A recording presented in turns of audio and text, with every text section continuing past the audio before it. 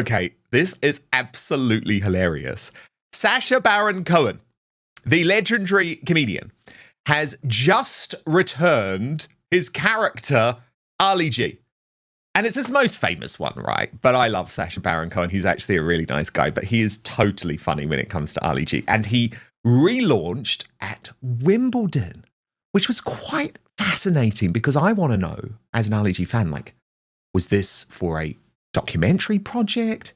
Did he have permission to do this from Wimbledon, given he had like a marijuana-themed Wimbledon logo on his back?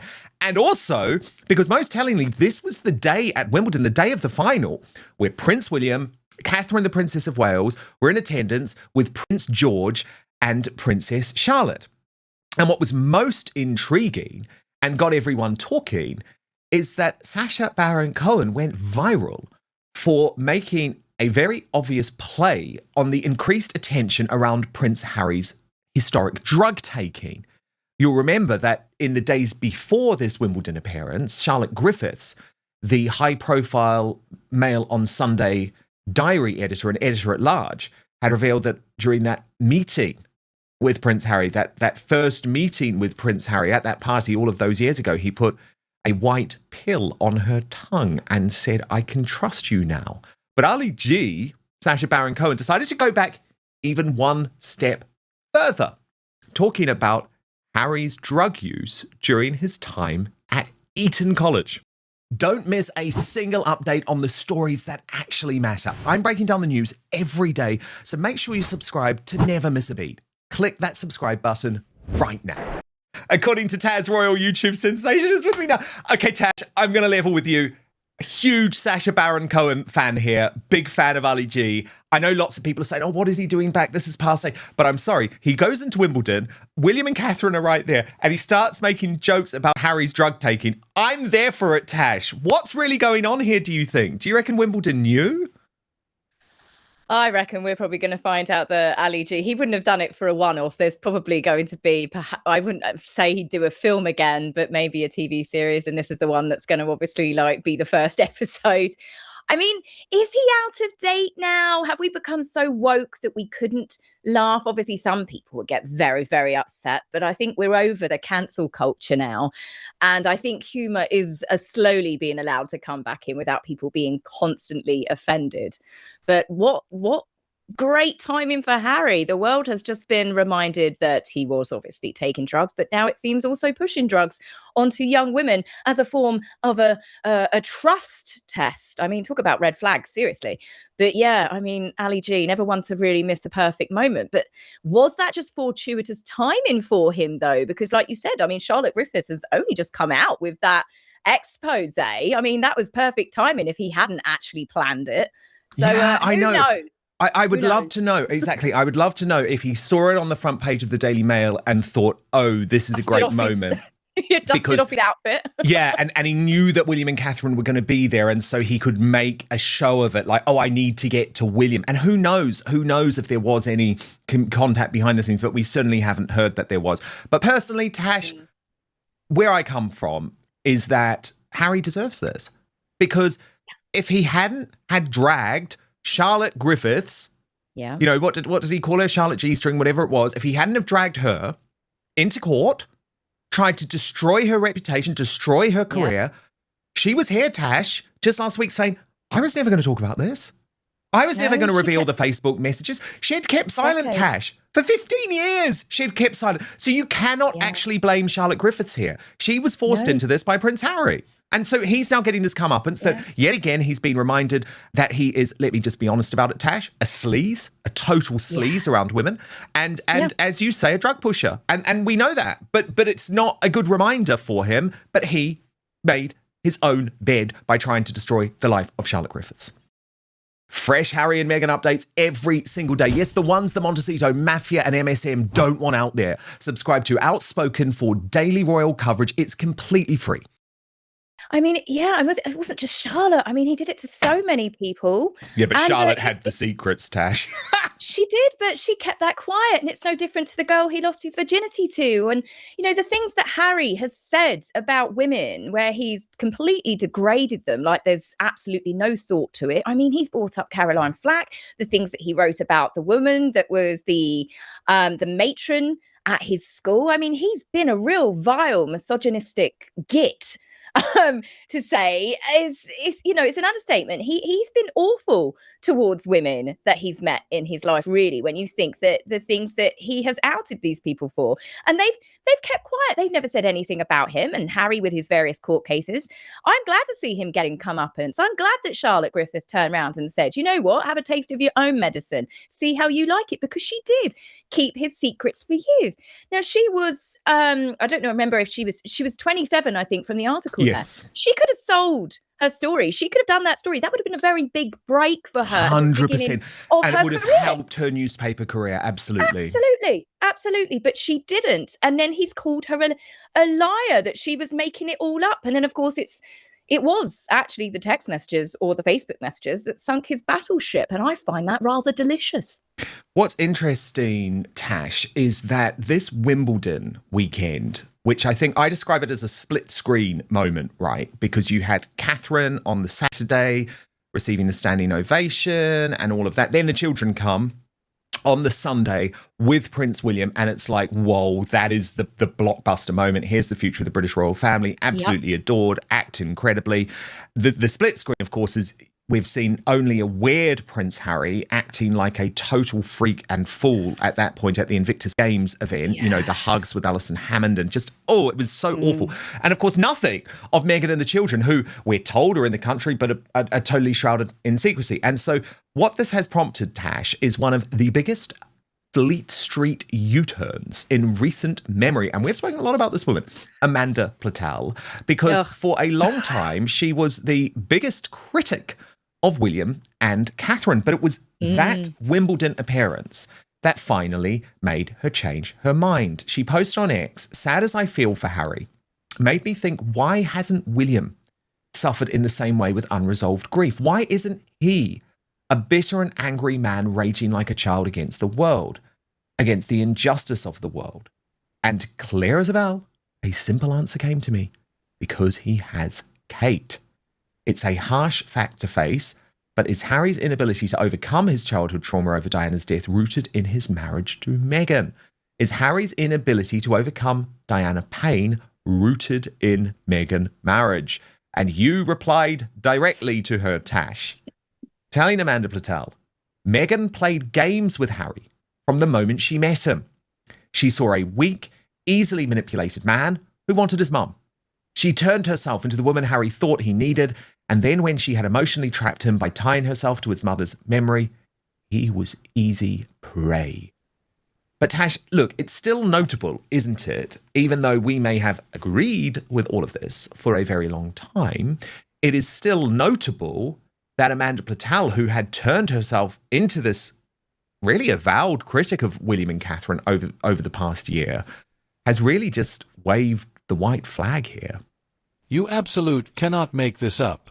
Just when Prince Harry thought his week couldn't get any more humiliating, the ghost of his past just showed up at Wimbledon to ambush his own brother, Prince William.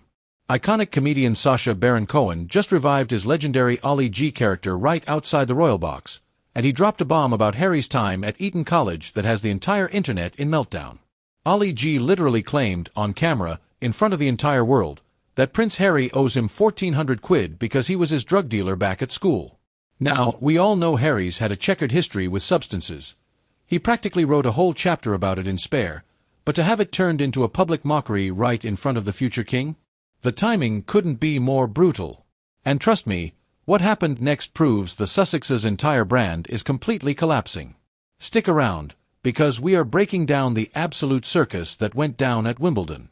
Alright, let's look at the facts. Sacha Baron Cohen didn't just pull this stunt out of thin air. The timing here is absolutely wicked.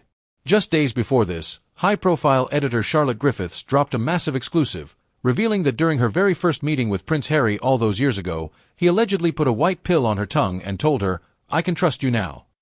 Talk about a red flag. So the world is already reeling from the reminder that Harry was allegedly pushing pills onto young women as some sort of sick loyalty test. Then, Ollie G shows up at Wimbledon, sees Prince William and Catherine sitting in the stands with George and Charlotte, and decides this is the perfect moment to shout about being Harry's Eton dealer. He literally asked William to Venmo him the cash. You have to wonder, did Wimbledon officials know this was happening? Was it for a secret documentary? Either way, the message is clear. The world is officially over cancel culture, humor is back, and Harry has become the ultimate global laughingstock. But it gets worse for Harold.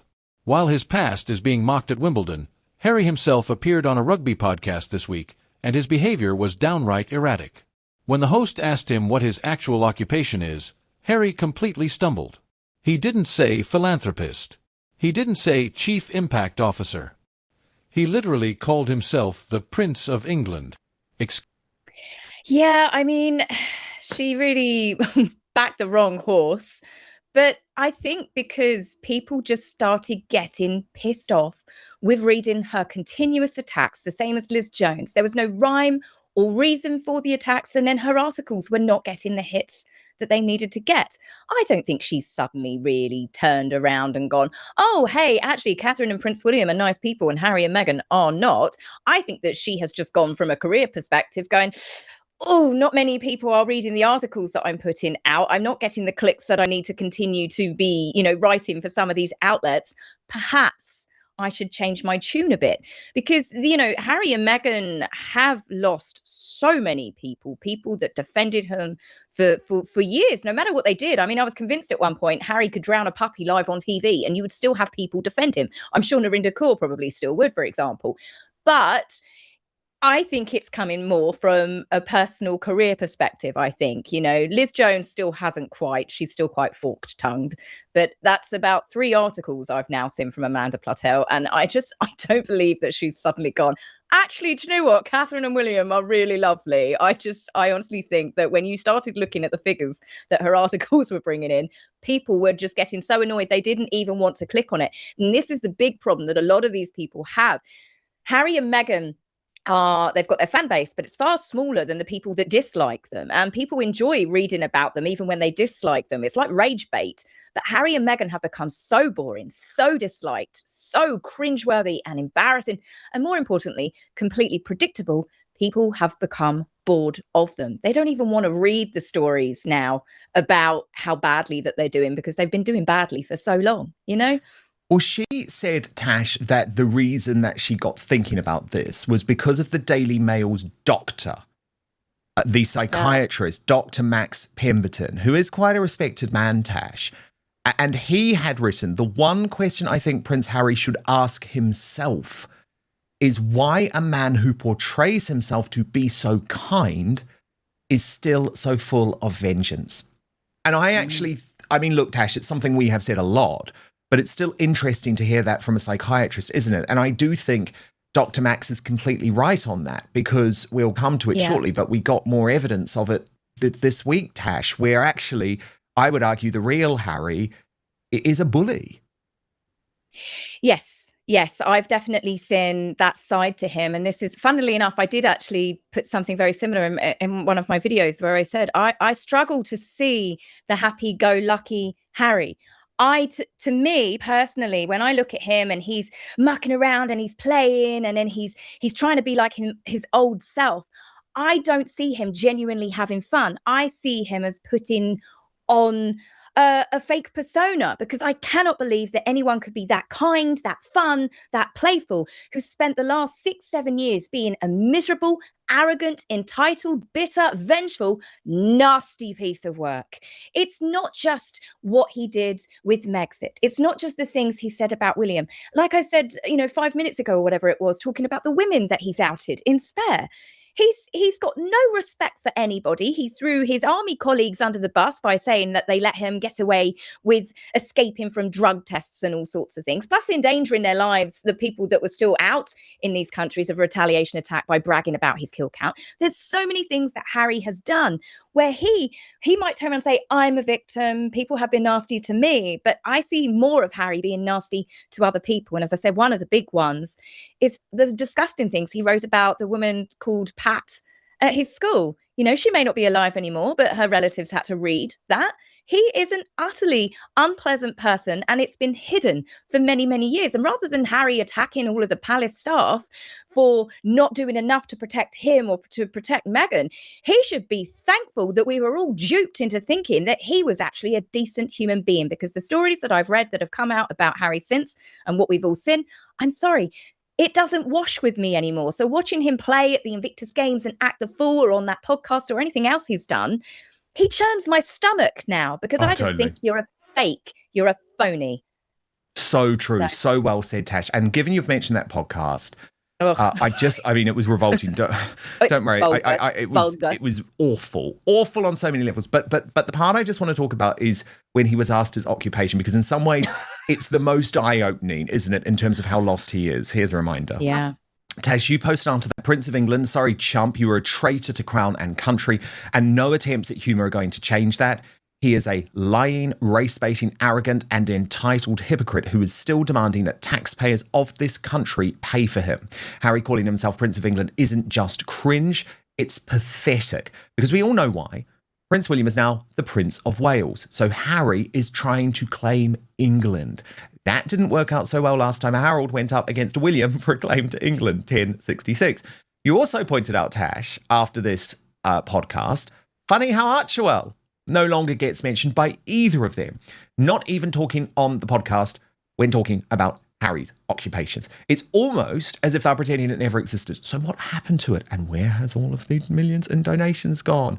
And when Jack Lou May asked you, was wondering, Tash, if he insists on being called the Duke of Sussex, did he actually visit Sussex last week? Thought not. And you replied, Tash, of course he didn't. Years ago, the one time he did go to Sussex, my friend was waiting at the school to meet them. They walked in and walked out, didn't bother talking to any of the parents. They waved, and Meghan picked some cute kids to pose for photos. Then they left. So, Tash, so much to pick up on there, because I think it's very, very interesting what you're saying about why he said the Prince of England, because of course he could never say the Prince of Wales, could he? Because then that would have put him in direct conflict with William. But I also think, I mean, he can view himself as a duke or a prince as much as he wants. It's sort of embarrassing. I agree with you. Perhaps what's most fascinating is this was a total capitulation in terms of Harry being anything bigger than the Invictus Games. All of his hopes now are riding on the Invictus Games. He didn't say he was a philanthropist. He didn't talk about his wider charity projects. And as you say, Archewell, which was meant to be the entire driver behind everything him and Meghan did after Megxit, seems to have just been erased from history. Harry and Meghan have a habit when everything goes wrong with certain things, they just pretend that it never happened and they move along, you know? It's like, oh yeah, we don't need to talk about that anymore. I'm sure As Ever will go the same way as American Riviera Orchard at some point. It's just what they do because they don't really commit to anything. Archewell, I find that very suspicious, but then I think it was clearly obvious that they were not running it, I would say, how they should have been. I mean, setting up a charitable foundation in Delaware so they don't have to give as much of a detailed financial as to where they spend the money is a red flag straight away anyway. But yeah, I mean, that podcast where he said about his occupation, I thought you were the chief impact officer at BetterUp. Oh, that's another thing that doesn't get mentioned anymore. Harry's not going around plugging that. And then, of course, what about Travelist? The pretty much a data processing company. You know, this is something else that he created. What about all those things that Harry has used before? But no, this was about him talking about the fact that he's a member of the royal family. They have completely ramped this up this year. It has been full on. It's titles, titles, titles. He knows that on his birth certificate, he knows it says Prince of the United Kingdom. He knows that we do not have a King of England. He knows that he is not the Prince of England. But the reason why he didn't call himself Prince of the United Kingdom or Prince, a Prince of the United Kingdom is because it was directly, I would say, as, well, William's got Wales, I will be Prince of England. This is how pathetic he is with anything to do with his brother.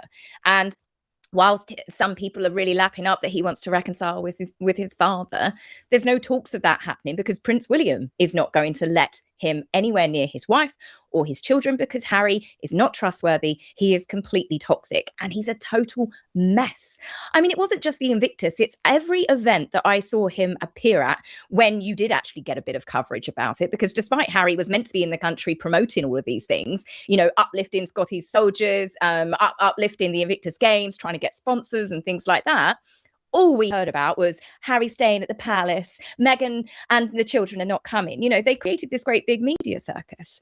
But Harry, to me, looked sweaty. He looked erratic. He looked a bit neurotic at times. His behavior wasn't that of someone that was just chilled and relaxed and having fun. To me, he looked like a desperate mess. And then he was really sweating buckets in that, trying to be funny. But again, this is where his personality came through. The clip that you just showed where he turns around and says that he's the inventor again of the Invictus Games, then changes it to say, oh, a founder of the Invictus Games, and then turns around and says, oh yeah, Duke and inventor. You were not the inventor of the Invictus Games, Harry. Everybody knows that you did not invent it. It was created by teams of people that have worked on the Paralympics, the Olympics, Sir Keith Mills. I can't remember the names of the other people. Dominic Reed. He quit a couple of years ago because he didn't like the way that the Invictus was going. And Harry is still trying to big himself up to be the person that created it. And it's a lie. It's not true. He is taking credit for what other people have done. And the only thing I'm seeing Harry doing to the Invictus Games is a bit like Archwell, and he is gradually, alongside his wife, running it into the ground. Excuse me, Prince of England. Last time I checked the history books, we haven't had a King of England or a Prince of England since the Act of Union. Harry knows damn well his official title is Prince of the United Kingdom. But why did he say England? Because his brother, William, is the Prince of Wales. This is the level of pathetic, juvenile sibling rivalry we are dealing with. Harry is so desperate to match his brother's stature that he's making up fictional titles on sports podcasts. And notice what didn't get mentioned on that podcast. Archwell. Remember Archwell? The grand charitable foundation that was supposed to fund their entire billionaire lifestyle in Montecito? Erased. Gone. They didn't mention it once. It's the classic Sussex playbook. When a project completely tanks, they just pretend it never existed and move on to the next grift. This entire weekend was a massive split-screen moment for the royal family.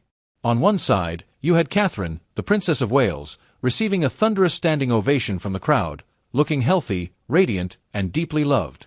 Beside her stood William, George, and Charlotte, the absolute, rock-solid future of the British monarchy. On the other side of the screen, you have Prince Harry, sweating buckets on a podcast, acting like a total freak, while Meghan and the kids are shrouded in total secrecy. The contrast is so sharp it has triggered one of the biggest media U-turns in recent memory. Even the most vicious media critics who spent the last year attacking William and Catherine are waving the white flag. Respectable figures, including top psychiatrists, are finally asking the real question. Why is a man who portrays himself as so kind still so full of vengeance? The truth is coming out. The happy-go-lucky Harry we all loved was a palace-made PR illusion. The real Harry is an entitled, arrogant, bitter man who threw his own family, his army colleagues, and his country under the bus for a quick paycheck.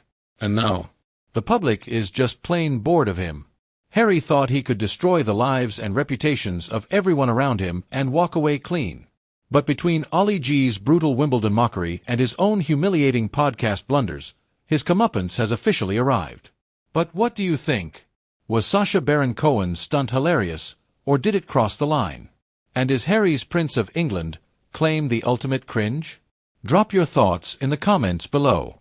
Don't forget to smash that like button, hit subscribe for your daily dose of unfiltered royal truth, and turn on notifications so you never miss a breakdown.